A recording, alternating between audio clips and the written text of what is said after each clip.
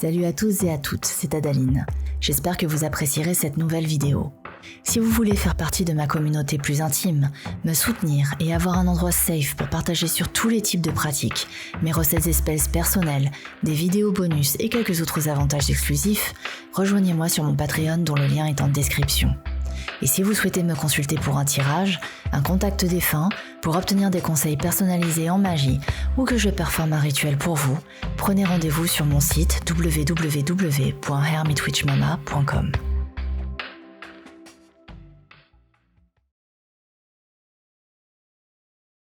Si vous aimez comme moi les antiquités et la seconde main, alors cette vidéo devrait vous intéresser. Les histoires de hantises à propos d'objets pullulent. Et même si on est loin, la plupart du temps, des dramas cinématographiques, il reste important de se montrer prudent concernant l'acquisition d'objets anciens.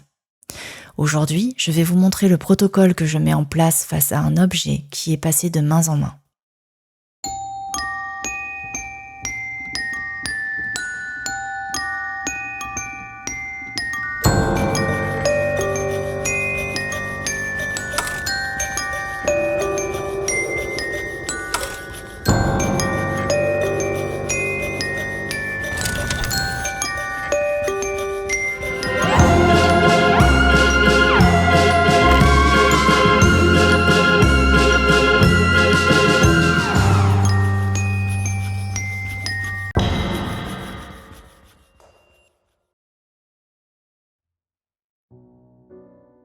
Vêtements, bijoux, meubles, fournitures.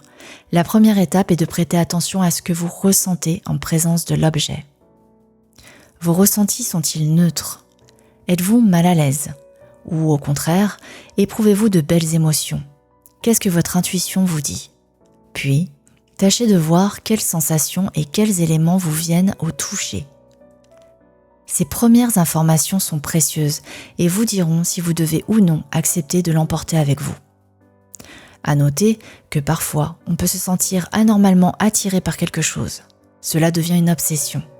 Généralement, ce n'est pas bon signe. Passez outre votre désir surtout. Il se peut qu'une énergie malveillante cherche à forcer le passage en vous manipulant. Si vos impressions étaient bonnes, cela ne veut pas dire nécessairement que tout se passera bien chez vous. En effet, les objets, les meubles et même les murs s'imprègnent des énergies de vos prédécesseurs. Autrement dit, c'est comme inviter un inconnu chez vous. Même si vous avez un bon feeling de prime abord, cela ne veut pas dire que ça va matcher. Il peut falloir un temps d'adaptation, une entente qui se met en place de manière plus ou moins calme. On peut se rendre compte que ça n'ira pas et passer son chemin, ou découvrir que c'est une belle rencontre. La seule façon de savoir ça, c'est d'essayer. Vous ramenez donc cette acquisition chez vous. Vous allez prendre le temps de noter ce qu'il se passe sur les quelques premiers jours, vos ressentis, vos attitudes, à vous comme à votre entourage, les événements qui suivront. Prêtez particulièrement attention aux réactions des enfants et des animaux. En tant qu'humains et adultes, nous avons l'habitude de mettre de côté beaucoup de nos impressions car nous sommes souvent habitués à devoir faire avec, à émettre des doutes, les conséquences directes de notre adaptation à la vie en société. Si vous ne ressentez rien en particulier ou des éléments bénéfiques et agréables, alors les énergies se sont entendues. Si au contraire, les choses ne se passent pas très bien, alors je vais vous détailler ce que vous pouvez faire selon les cas de figure.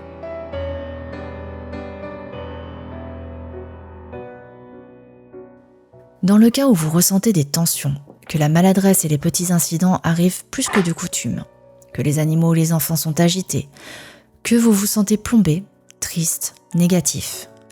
L'objet a sans doute besoin d'être un peu nettoyé des anciennes énergies qu'il contient.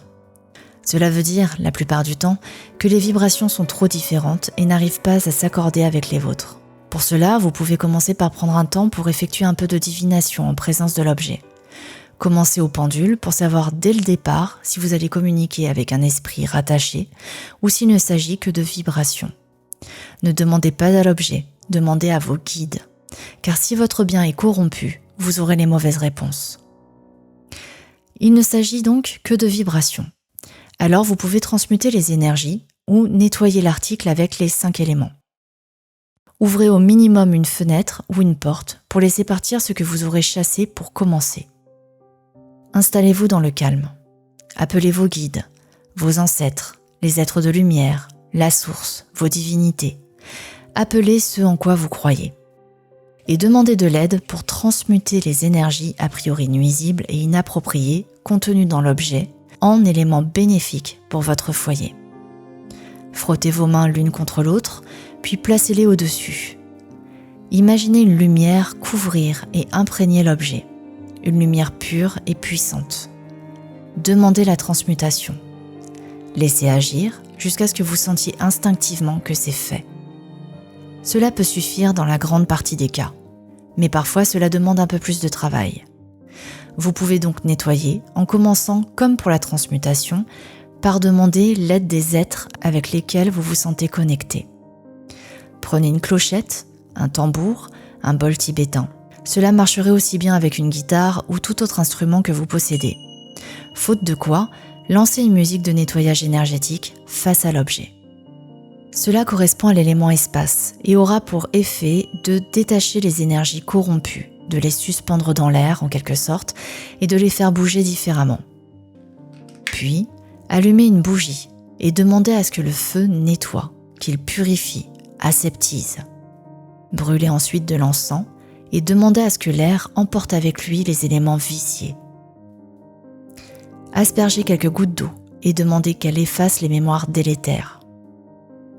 Enfin, placez l'objet dans une coupelle remplie de sel de mer ou saupoudrez ce sel sur le meuble s'il s'agit de cela et demandez à ce que l'élément terre absorbe en son sein tout ce qu'il reste de nuisible. Jetez le sel aux toilettes après ça. Dans le cas de figure où le pendule vous a indiqué qu'un esprit était rattaché à l'objet, je vous conseille de pousser la communication. Si vous avez amené une entité avec vous, vous le saurez assez facilement de toute façon. Vous ressentirez une certaine densité accompagnant l'objet qui s'installera plus amplement une fois que vous serez à votre domicile. Pour poursuivre, vous pouvez utiliser le pendule, encore une fois, les cartes, les oracles de toutes sortes, une planche spirit, le dessin ou l'écriture automatique, des méthodes dont je parle déjà dans ma vidéo sur le spiritisme. Lors de cette session, demandez d'abord des informations sur la personne, puis pourquoi elle est attachée à cet objet, à ce meuble, à ce vêtement.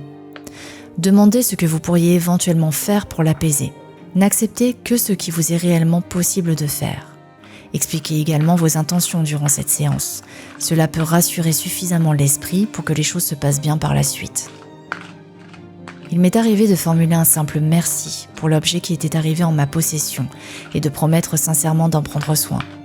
Il m'est arrivé également de faire des offrandes à l'esprit pour montrer ma bonne volonté à cohabiter avec lui si toutefois il ne voulait pas se détacher de son bien. Pour cela, vous pouvez créer un mini-hôtel temporaire, y placer l'objet et faire des offrandes sur 9 jours. Placez un encens, des fleurs, de la nourriture, tout ce qui vous plaira sans en faire des tonnes. Chaque jour, faites-le. Au 9e jour, vous pouvez reprendre contact avec l'esprit et lui dire simplement qu'à présent vous allez placer l'objet dans votre foyer et souhaiter une saine et paisible cohabitation. Si l'esprit reste, ne le négligez pas et continuez à lui adresser une petite offrande ou un petit mot ici et là. Mais parfois, il finit par se détacher, en paix, et quitte les lieux. Généralement, vous le sentirez si c'est bien le cas.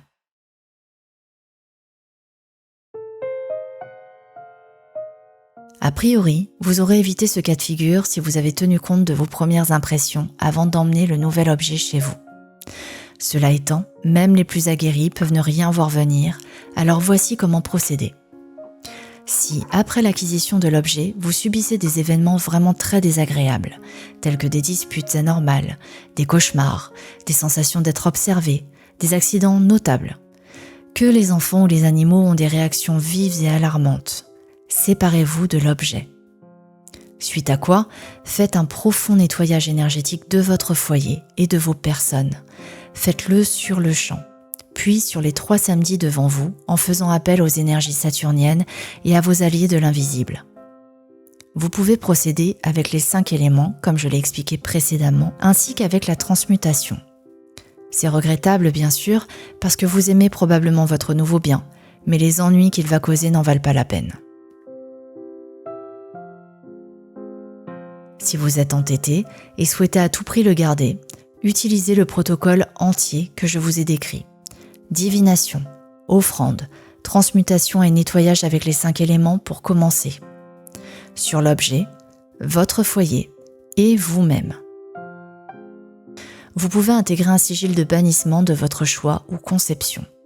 Créer un mélange d'encens plus puissant en mélangeant du benjoin, du sang dragon et du camphre par exemple. Récitez également une prière adressée aux grandes instances dans le subtil afin qu'ils vous aident à bannir l'entité présente. Certains rites tibétains utilisent la fourba pour envoyer à la terre les entités de ce genre. C'est un outil que j'ai intégré dans ma pratique et qui fait très bien le job.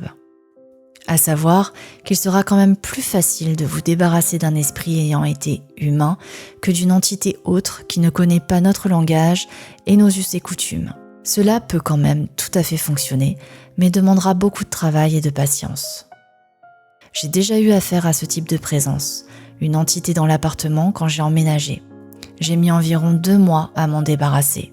Elle causait de grosses frayeurs à ma fille, nous a empêchés de dormir, nous observait, s'asseyait sur mon lit et nous faisait nous sentir mal à l'aise, en insécurité durant notre sommeil surtout. Dans tous les cas, demandez toujours de l'aide à votre team spirituel dans la mesure où ils agissent plus facilement que nous sur le plan subtil. Elle vous protégera au mieux également entre 2 actions et enverra de l'énergie dans votre sens. Merci d'avoir regardé cette vidéo. À bientôt et en attendant, soyez sages.